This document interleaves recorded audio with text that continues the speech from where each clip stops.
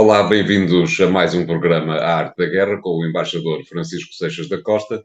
Desta vez para falarmos um pouco numa questão bipartida entre a guerra e a China, tem tudo a ver, nomeadamente pelo facto de Emmanuel Macron e Ursula von der Leyen terem estado na China também para falarem sobre questões da guerra, mas esta semana a questão da guerra ficou claramente marcada pelos documentos que foram vazados do Pentágono e que, de alguma forma, podem constituir um gravíssimo problema para a Ucrânia. Não lhe parece, embaixador?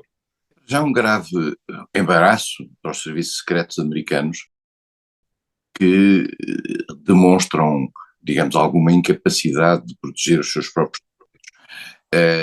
Curiosamente, na história americana contemporânea, este tipo de incidentes costuma aparecer quando há divisões relativamente às linhas políticas que se seguem.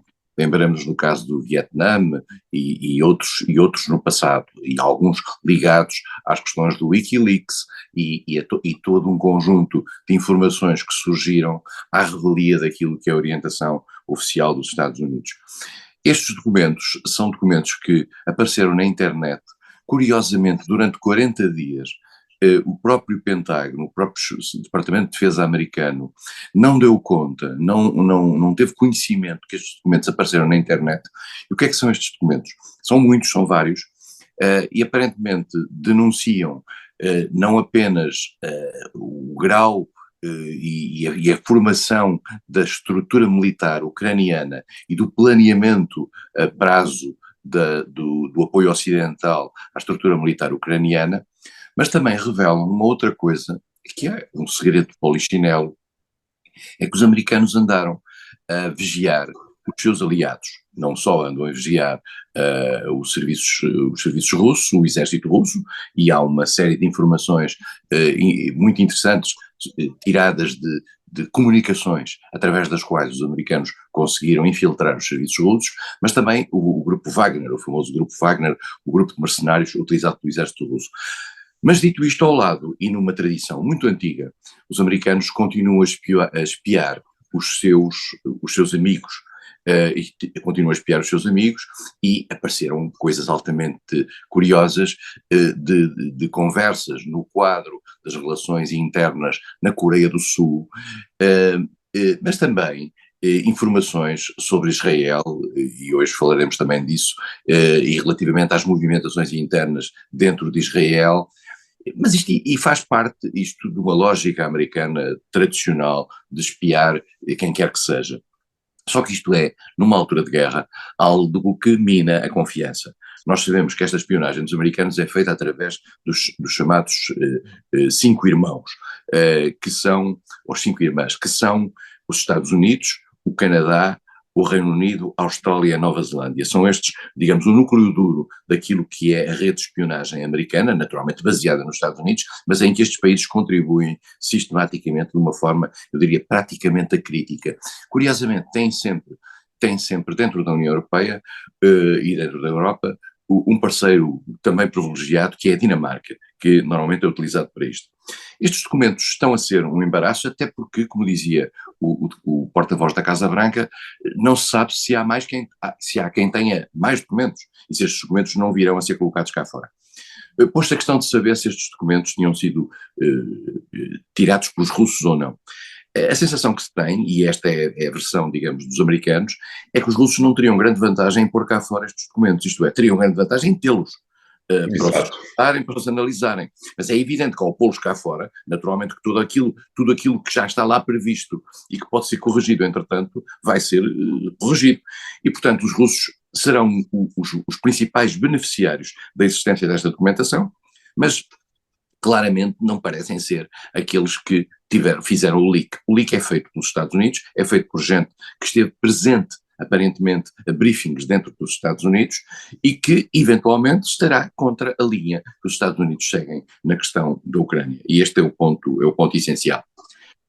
Esta questão que nos permite imaginar que não foi muito razoável que há uns tempos atrás, por causa do balão chinês, que passou pelos céus dos Estados Unidos e fez com que uma maioria substancial de norte-americanos se tivesse considerado uma espécie de virgem ofendida pela atuação dos chineses, acaba por confirmar o que já se sabia há alguns anos, nomeadamente com aquilo que os norte-americanos fizeram na Alemanha, que os amigos não escapam à espionagem do Pentágono e da CIA, com toda a certeza. Pois, no passado nós vimos a senhora Merkel a ser os seus telefones sob vigilância americana, vimos no Brasil Dilma Rousseff a acontecer-lhe o mesmo, e eu diria mesmo que aqueles países que não são espiados pelos americanos devem sentir-se ofendidos, porque são aqueles que não têm importância nenhuma no quadro internacional. Eu não sei se Portugal foi ou não foi espiado pelos amigos americanos. Dito isto, e já que o António falou na questão chinesa, vale a pena dizer e lembrar que esta semana foi a semana da ida de Emmanuel Macron à China, a convite de Xi Jinping, acompanhado para uma parte da visita pela senhora Ursula von der Leyen. Essa visita é uma visita que está a ter, digamos, repercussões um pouco polémicas, porquanto Emmanuel Macron, na sequência da deslocação, deu uma entrevista que só parte foi publicada, a outra o Eliseu não permitiu, à revista Político, em que faz um apelo à necessidade de uma autonomia por parte da Europa relativamente aos Estados Unidos e à criação de uma autonomia estratégica europeia face aos Estados Unidos. Obviamente que a França considera-se neste quadro no centro dessa mesma autonomia e no exercício dessa autonomia, porquanto, e vale a pena lembrá-lo, a França é, dentro dos países da União Europeia, depois da saída do Reino Unido, o único membro permanente do Conselho de Segurança, faz parte do G7, como faz aliás o Reino Unido e como faz parte da Itália, é o único poder nuclear e sob o ponto de vista militar é a única força militar dentro da União Europeia com uma capacidade de projeção razoável.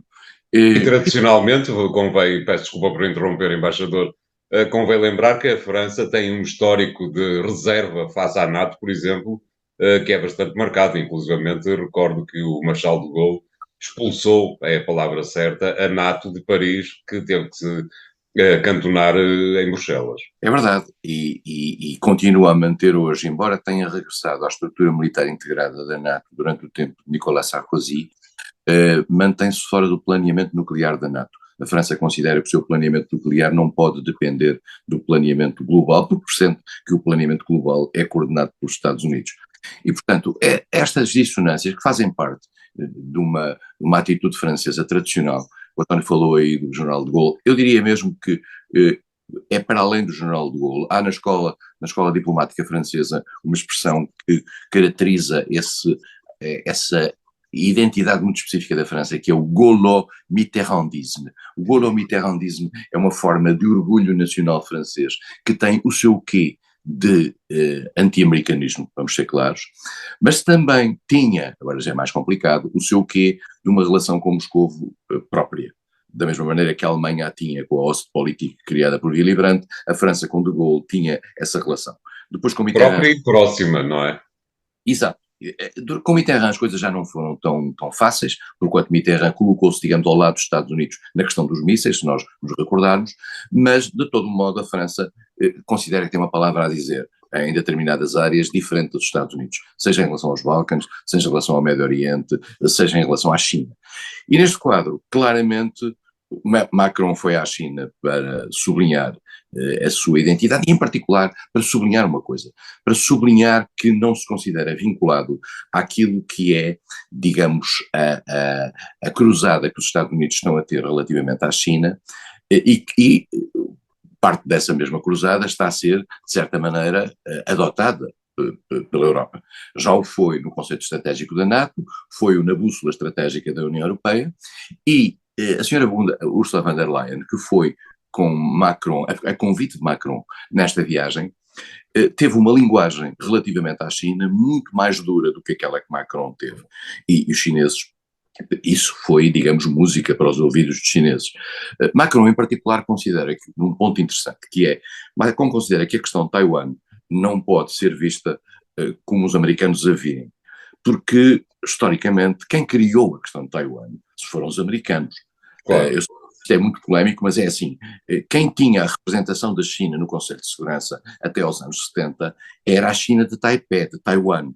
Foram os Estados Unidos que fizeram, digamos, a reversão e colocaram a China de Pequim no Conselho de Segurança e, em troca, deram a Taiwan, que nunca reconheceram como Estado independente, nem sequer como país independente, e Taiwan não é membro das Nações Unidas, embora seja uma democracia, os Estados Unidos deram uma garantia militar um pouco equívoca a Taiwan, é chamada ambiguidade estratégica.